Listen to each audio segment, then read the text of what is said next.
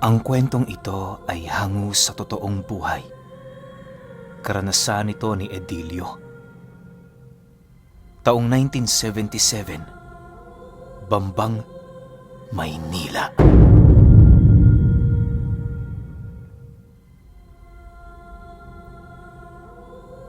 Itong mga panahong ito, namuhay si Edilio sa kanilang lugar bilang isang ordinaryong binatilyo. Kagaya ng karamihan, sa murang edad mulat na siya sa kaguluhan at kung ano-anong bisyo. May mga nagsasabi na lalaki siyang walang kwentang tao dahil sa mga taong kanyang kinagisnan. Pasakit man sa ulo ang tingin ng mga kabarangay niya sa kanya, pinilit niya pa ring mamuhay ng naaayon sa kanyang kagustuhan. Sa pagtungtong niya ng 18 taong gulang, hiwalay na siya sa kanyang pamilya. Ang ikinabubuhay niya, pagnanakaw at iba pang mga gawain kung saan madali ang pera. Nasama din siya noon sa isang grupo ng mga magnanakaw na nanloloob sa mga bahay tuwing gabi. Dahil sa ganoong trabahong kinagisnan ni Edilio, masasabi niyang wala na sa kanyang puso ang pag-iral ng Diyos na buhay. Kapit sa patalim kumbaga, lahat ng maaaring pagkakitaan pinapasok niya. Ultimo pagnanakaw sa loob ng simbahan, walang awa niya ring ginagawa. Sa loob ng ilang taong paulit-ulit niya yung ginagawa, may mga pangyayari ding napasok na siya sa bilangguan. Subalit dahil sa hindi naman gaanong mabigat ang kanyang pagkakasala, taon lang din ang binibilang bago siya nito pakawalan. Akala ni Edilio hanggang doon na lamang ang kanyang buhay, subalit dumating ang isang araw na nagpabago ng lahat-lahat para sa kanya. Isang hapon ng Biyernes ng taong ito, habang naghihintay si Edilio ng mananakawang tao, merong napadaan sa kanyang harapan na isang matandang lalaki. Ang matandang yon, madaling nakuha ang kanyang atensyon, gawa ng naiiba ang kasuotan nito sa mga taong nakatira roon. Bukod sa may suot yung salakot na gawa sa anahaw, nakayapak lang din ito sa mainit na semento ng daan at meron yung kasuotang kulay puti na halos sumayad na sa lupa. Sa pagtitigan nilang dalawa, bigla naman yung napangiti sa kanya habang nananatiling tahimik. Matapos nilang magkatitigan, agad namang umupo sa kanyang tabi ang matandang yon. Inilabas nito ang isang bungkus ng perang nakasilid sa kanyang bulsa, sabay wika ng, "Pera lang ba ang hangad mo sa buhay, Edilio? Hindi sa lahat ng oras, pera ang bubuhay sa'yo. Tandaan mo, hindi sa pagkain at salapi na bubuhay ang tao." Matapos nitong makapagsalita, kusa naman itong inilapag malapit sa kanyang kinauupuan ang perang yon. Pagkakita nito ni Edilio, hinayaan lang naman niya ito habang nag-iisip ng kanyang gagawin upang manakawan ang matanda. Sa isang iglap, bigla naman niyang dinampot ang mga salapi, sabay karipas ng takbo papalayo. Habang binabagtas niya ang daan patungo sa ibang barangay, napansin naman niyang hindi siya sinusundan ng matanda. Makalipas lamang ang ilang minuto, pinili na niyang tumigil habang patuloy na pinagmamasdan ang buong paligid. Pag-ikot ng kanyang paningin sa lugar, abot langit naman ang kanyang ngiti habang nagwiwika sa kanyang sarili ng, "Baliw ata ang matandang yun. Maglalabas ng pera sa harapan ko pa." Matapos niyang magsalita sa kanyang isipan, dali-dali naman niyang sinipat ang bungkus ng perang kanyang daladala. Noong una, pera pa ang paningin niya rito. Subalit di naglaon, napapansin niyang ang ibang parte nito ay unti-unting nagiging dahon. Yung 1,000 kulay berde na. Akala niya kung ano lang, pero pagbuklat niya nito, tumambad sa kanya ang mababangong dahon ng kung anong puno. Sa isang iglap, doon niya tuluyang napagtanto na mga dahon pala ang kanyang daladala. Mahirap mang paniwalaan para kay Edilio ang pangyayaring yon, pero anong magagawa niya? Yon ang sinasabi ng kanyang mga mata. Lumipas ang araw na yon, wala siyang naging kita. May mga nagyayaman sa kanyang mga kaibigan, lahat yon tinanggihan niya. Ang iba nga, medyo nagalit pa sa kanya dahil sa hindi niya pagsama. Sa pagsapit ng gabi, habang nakahiga si Edilio sa kanyang maliit na barong-barong, muli na namang dumaan ang matandang yon. Sa pagkakataong ito, nakasuot na yon ng kulay itim na damit at meron itong suot-suot na salakot na gawa sa anahaw na animoy pinintahan ng kulay itim. Dahil sa mabilis lamang ang pagdaan ng matandang yon, dali-dali naman niya yung sinundan, subalit pagtingin niya sa daan wala na siyang nakita.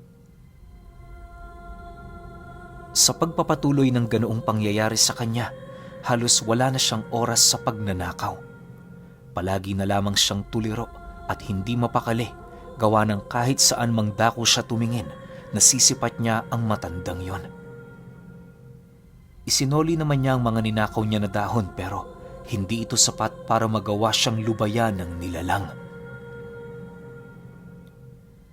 Dahil sa hindi na alam ni Edilio ang kanyang gagawin, minabuti niyang magpatingin sa ama ng kanyang kaibigan na isang manggagamot na galing Siquijor. Ayon sa kaibigan niya, mapagkakatiwalaan niya ang ama nito, lalo pa kung hindi mga ordinaryong karamdaman ang kanyang iniinda. Wala din siyang dapat ipag-alala sa bayad, gawa ng hindi ito tumatanggap ng kahit na anong bayad sa trabaho nitong ginagawa. Nang marinig ito ni Edilio, sinulit na niya ang pagkakataong yon. Nagpalipas lang siya noon ng isang gabi bago niya binalikan ang tahanan ng kanyang kaibigan. Hindi naman yan malayo sa lugar na kanyang tinitirhan dahil nasa ibayong barangay lang ito. Kinaumagahan, hindi pa man sumasapit ang 7:00 ng umaga, naroon na itong si Edilio. Bitbit nito ang mga dahong kanyang tinipon magmula noong napansin niyang hindi pa rin siya nilulubayan ng matandang yon. Naniniwala kasi siya na ang mga dahong kinuha niya dito ang susi para hindi na siya nito gambalain pa. Sa pagsilay ng manggagamot sa kanyang presensya, dali-dali naman siya nitong pinatuloy sa kadahilanang maging ito man ay naramdaman ng presensya ng matanda.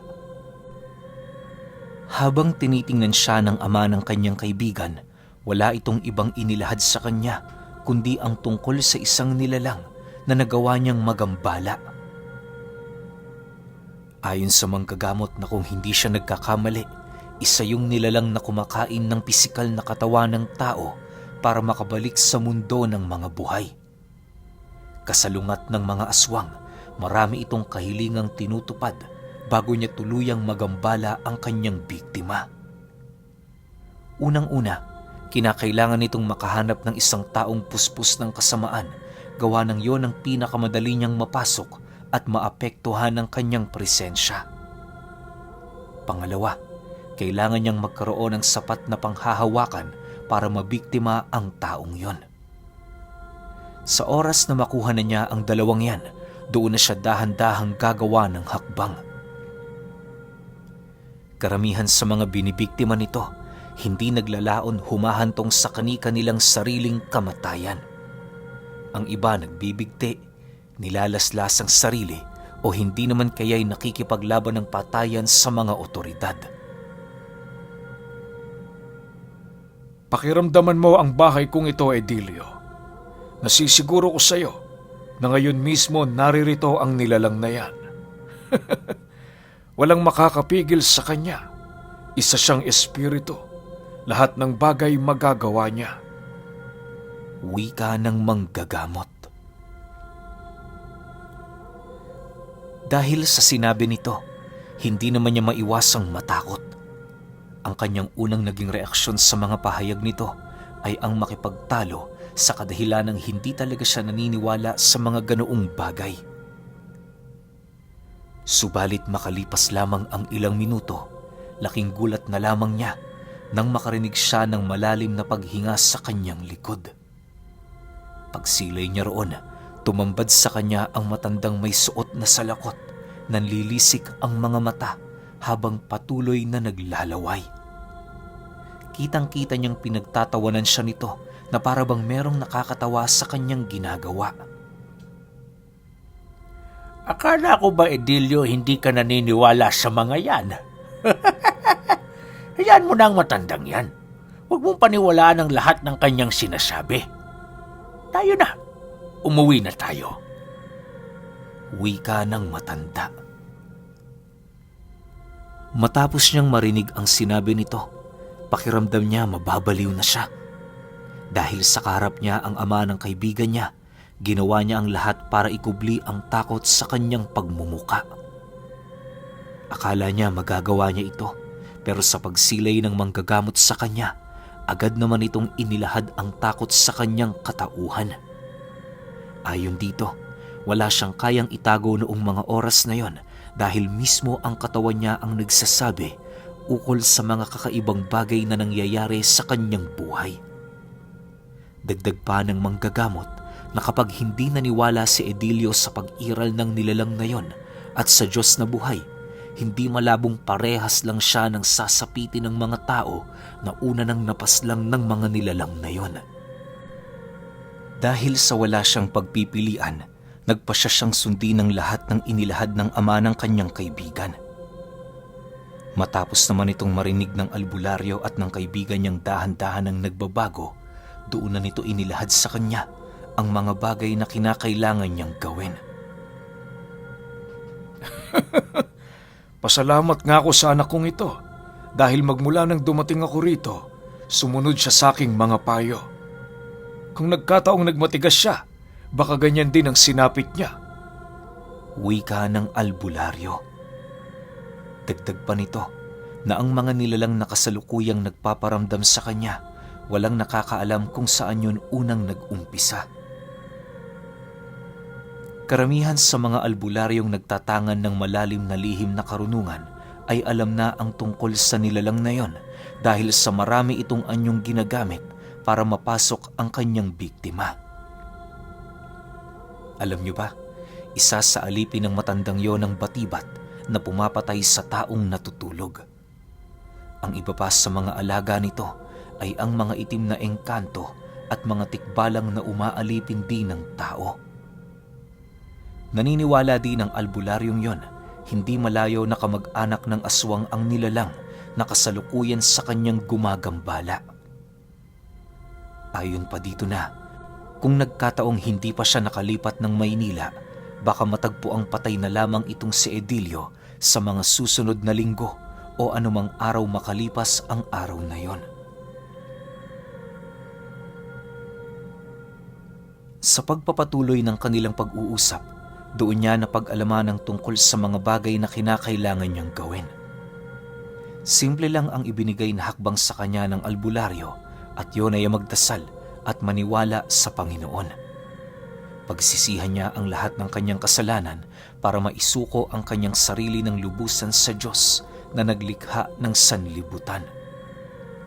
Dagdag pa nito, huwag niya ring kalimutang araw-araw na magrosaryo at bumisita sa bahay ng albularyo para ilahad ang kanyang mga ginagawa buong araw. Gagawin niya yon sa loob ng 1 taon para tuluyang maikalas sa kanyang espiritu ang tanikala ng kasamaan. Bagaman napakadali kong pakinggan, napakahirap naman itong gawin. Sa mga unang araw ng pagbisita ni Edilio sa simbahan, kung ano-ano ang kanyang mga naririnig sa mga dati niyang kasama sa trabaho. Ang iilan sa mga ito, tinutokso siyang sakristan dahil sa mabilis na pagbabago ng kanyang mga gawain. May iba namang naghihintay siyang lumabas ng simbahan tapos tatanungin kung ano ba ang mga bagay na kanyang nanakaw. Halos tiniis ni Edilio ang mga bagay na yon sa loob ng 1 linggo hanggang sa dumating ang puntong nagpasya siyang dayain ang hakbang na ibinigay ng albularyo. Sa isip-isip niya, walang magpapasya ng kanyang sarili kung hindi siya. Inilahad niya din sa kaibigan niyang nagmamagandang loob sa kanya na hindi na niya kaya ang proseso gawa ng pakiramdam niya hindi yun para sa kanya. Bagaman pinigilan pa siya nito, hindi naglaon wala na din yung nagawa. Kahit gano'n ang mga nangyari, tinanggap pa rin naman siya ng ama nito. Ayon sa ama ng kaibigan niya, na kapag may nangyari sa kanyang kakaiba, huwag siyang mahiyang lumapit doon. Kahit hindi niya nagawa ang pinapagawa nito, bukas na bukas pa rin ang palad nito para bigyan siya ng tulong. Dahil sa mga sinabi ng albularyo, naging mapalad naman itong si Edilio. Sa unang pagkakataon, nagpakita siya ng pagpapasalamat dito at pagrespeto. Lumipas pa ang mga araw, naging maayos naman ang lahat. Bagaman may mga pagkakataong nasisipat niya ang matandang yon, hindi na niya ito gaano pang pinapansin, gawa ng sanay na siyang palagi itong nakikita. Sa paglipas pa ng buwan, mas lalong pinuspos ng kasamaan itong si Edilio. Wala kasi siyang alam na trabaho kundi ang pagnanakaw. Sa sobrang dami ng kanyang ginagawa, dumating na sa puntong nararamdaman na niya ang kakaibang presensyang lumalakas sa loob ng kanyang katawan. Isang gabi, habang papatulog na siya sa kanyang higaan, nakarinig siya ng mga pagsitsit sa paligid. Paulit-ulit ang mga pagsitsit na yon hanggang sa dumating ang puntong nairita na siya. Dahil gawa lamang sa barong-barong ang kanyang tahanan, madali siyang nakalabas para tingnan kung sino ang panauhing gumagambala sa kanyang pagpapahinga. Pagsilay niya sa labas ng tahanan niya, laking gulat na lamang niya nang masipat niya ang matandang nakangisi habang nakatayo sa ilalim ng isang bangkay na kahawig niya. Sa pagpapatuloy ng pangyayaring yon, unti-unti niyang nasisipat ang paglaki ng bunganga ng matanda hanggang sa tuluyan na itong nahati sa gitna. Nilulo nito ang bangkay na kanyang nakita at kasabay nito ang seryosong pagwika nito sa kanya ng, Mabuti ang ginagawa mo, Edilio. Ituloy mo pa. Ituloy mo pa. Habang nagsasalita ang nilalang na yon, unti-unti namang gumagarugal ang boses nito na parabang sinasapian ng kung ano-anong demonyo. Hindi naglaon, tuluyan na din yung nilamon ng kadiliman sa buong paligid. Sa pagbalik ng katahimikan, halos mapaihi na lamang siya sa kanyang salawal dahil sa takot. Muli na namang nanumbalik ang pakiramdam niya noong bago pa lamang niya masilayan ang matanda. Kahit napakalalim na noon ang gabi, minabuti niyang tumungo sa bahay ng kanyang kaibigan. Pagdating niya roon, kahit nakakahiyaman, pinilit niyang gisingin ang mga ito. Dahil sa nagkataong gising pa ang ama ng kanyang kaibigan, kung kaya't madali naman siya nitong napagbuksan. O Edilio, napadalaw ka ng 10 oras. May nangyari ba? Bungad na tanong nito sa kanya. Matapos niyang marinig ang tanong ng albularyo, napatulo na lamang ang kanyang luha, sabay sagot ng, Hindi ko na alam ang gagawin ko. Tulungan mo ako pakiusap. Patigilin mo na tong bangungot sa buhay ko. Parang awa mo na. Edilio, hindi ako Diyos para gawin ang imposible. Tandaan mo, kaming mga albularyo merong mga limitasyon. So nakikita ko sa'yo, mukhang napuspos ka na ng husto ng nilalang na yon. Pero huwag kang mag-alala, gagawin ko ang lahat ng aking makakaya. Yun nga lang, hindi ko maipapangako na mabubuhay ka pa. Seryosong sagot naman sa kanya ng ama ng kanyang kaibigan. Matapos ang kanilang pag-uusap, noon ding mismong gabi, ginawa ng albularyo ang lahat ng kanyang makakaya.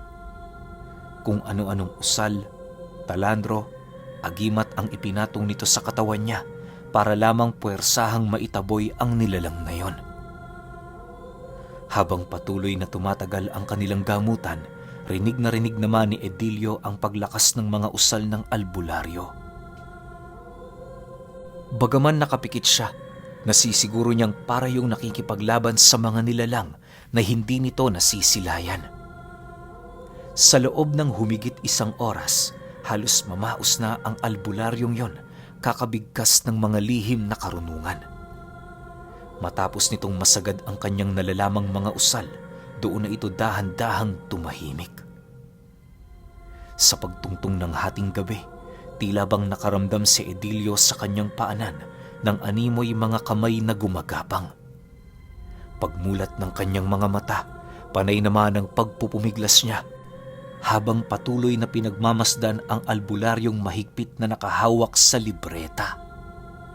Sa halos ilang metrong pag-usog noon ni Edilio, nakapagtatakang hindi pa siya nahuhulog sa kanyang kinahihigaan. Ilang minuto pa noon ang lumipas, doon niya nasilayan ang may itim na mga kamay na dahan-dahang gumagapang sa kanyang paa. May matatalas yung mga kuko at sa bawat paggapang nito, nagbibigay yon sa kanya ng hindi maipaliwanag na takot at pagkabahala. Sa isang iglap, bigla siyang dinagana ng nilalang na yon na siyang naging sanhi upang tuluyan na siyang hindi makagalaw. Nakalapit na din ng husto sa kanya ang matanda habang patuloy yung nakangisi. Bagaman kitang-kita ng albularyo ang mga pangyayaring yon, wala na itong nagawa kundi hayaan ang mga nilalang na nasa kanyang harapan. Para sa albularyo, yun na ang sukdulan ng kanyang magagawa dahil kahit baliktarin man niya ang mundo, hindi niya kayang tulungan ng taong puspos ng kasamaan sa espiritu man at sa katawang lupa. Hindi man masukat ang kanyang awa para sa binatilyo, alam niya sa kanyang sarili na kamatayan na lamang ang nag-iisang paraan para makalaya ito. Sa pagpapatuloy ng pagmamasid ng albularyo, kitang-kita niya kung papaano tigalpuhin ng batibat si Edilio. Habang dahan-dahan nila yung pinapatay, nagkukusa namang kumakalas ang espiritu nito sa katawan para tumakas. Subalit dahil sa sobrang pagkagutom ng batibat, kung kaya't ang espiritu ng binatilyo ay hindi nito pinayagang makatakas. Harap-harapan nitong nilamon ng buo ang espiritu ng binatang yon hanggang sa tuluyan na niyang mahigop ang kabuuan nito. Matapos itong makain ng batibat, doon naman nasilayan ng albularyo ang unti-unting pamumutla ng katawan ni Edilio habang nagbibitaw ng kanyang mga huling hininga. Mahirap mang tingnan ang ganoong kalagayan para sa kanya. Alam niya sa kanyang sarili na wala siyang magagawa. Makalipas pa ang ilang minuto, nawalan na nga yun ng buhay. Sa pag-alis ng batibat sa katawan niya, nakangising lumapit naman ang matanda sa albularyo habang masayang nagwiwika ng, "Sayang, kung hindi ka sana dumating. Yung anak mo nasa amin na rin." Pero sige lang, dahil mabuti ka namang ama, tinatabla na namin siya sa'yo. Wala kaming pakinabang sa mga taong may mabubuting puso. Salamat sa'yo, albularyo. Mas lalo mo lang pinasama ng husto itong kalunos-lunos na binatang ito.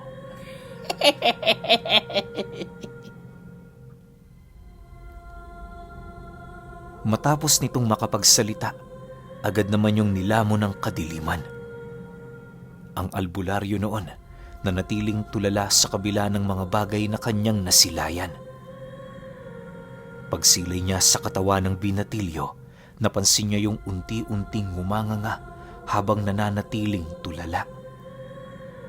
May nasipat din siyang isang malaking langaw na lumabas sa bibig nito, tanda ng marka ng matanda. Naniniwala kasi ang albularyo na matapos nilang ilibing ang bangkay ng binatang yon, doon na mag-uumpisa ang pagkain ng matanda sa katawan nito. Kagaya yun ng balbal pero ang proseso ng pagkuha nito ng pagkain ay kakaiba. Ang balbal kasi ayon sa albularyo, naghihintay ng namamatay samantalang ang nilalang na yon kusang pinapatay ang kanyang pagkain bago ito kainin. Sa pagsapit ng umaga, kumalat ang istorya tungkol sa pagkamatay ni Edilio sa barangay ng Albularyo. Dahil sa dami ng kasalanang nagawa nito, kung kaya't ang ama ng kaibigan niya ay hindi na pinagbayad ng batas. Marami kasing nakapagpatunay, mabuti yon sa kanilang lugar. Hindi nito magagawang pumatay ng tao, lalo pat naninilbihan yun sa Diyos. Sa paglipas ng panahon, nalimot na nga ang pangalan ng binatilyong yon. Buwan lang noon ang dumaan, wala nang nakaalala sa kanya. Marahil kaya naging gano'n ang sistema ng kanyang pagkawala at pag-iral dahil sa dami ng kasalanang kanyang ginawa. Pero alam niyo ba, na hanggang kamatayan ng albularyo, naging bukang bibig pa rin ito ang minsang paggamot niya sa binatilyo na nilamon ng kasamaan.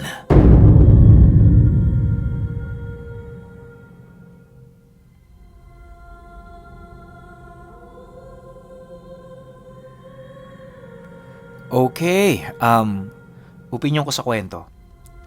Kawawa naman si Edilio, no? Pero hindi ko masabi na sobrang kawawa siya kasi nga sa sobrang dami ng taong pinagnakawan niya tsaka pinerwisyo niya. Baka nga hindi na lang nabanggit sa kwento nakapatay pa to . So siguro tama lang rin yung nangyari sa kanya. Pero isang magandang halimbawa si Edilio na pumili ka ng mga taong nakapaligid sa'yo, yung mga kaibigan mo. Kasi di ba nasa estado na ng pagbabago si Edilio? Nakita siya ng mga dati niyang kasamaan sa trabaho tsaka ng iba niyang kaibigan. Tapos palagi siyang inuudyokan, inaasar siya na, nasa simbahan ka, magsasakristang ka na ba? Ano mga nanakaw natin dyan? Yung panguudyok na gano'n na para sa atin siguro, kung tayo yung nasa sitwasyon ng kaibigan ni Edilio, wala lang sa atin yun. Pero para sa taong sinasabihan natin na gusto nang magbago tapos uudyokan pa natin ng gano'n, sobrang laki ng impact nun. Siguro magagamot pa sana si Edilio makakapagbagong buhay pa siya . Kaso nga lang, yung mga taong nakapaligid sa kanya, demonyo rin. Kaya yun, naimpluwensyahan na naman siya na gumawa ng masama. Yun lang yung nakikita ko sa kwento na to. Pero kayo, kung may opinyon kayo sa kwentong ito, comment nyo lang sa baba. Yun lang, hanggang sa susunod na kwento. Salamat.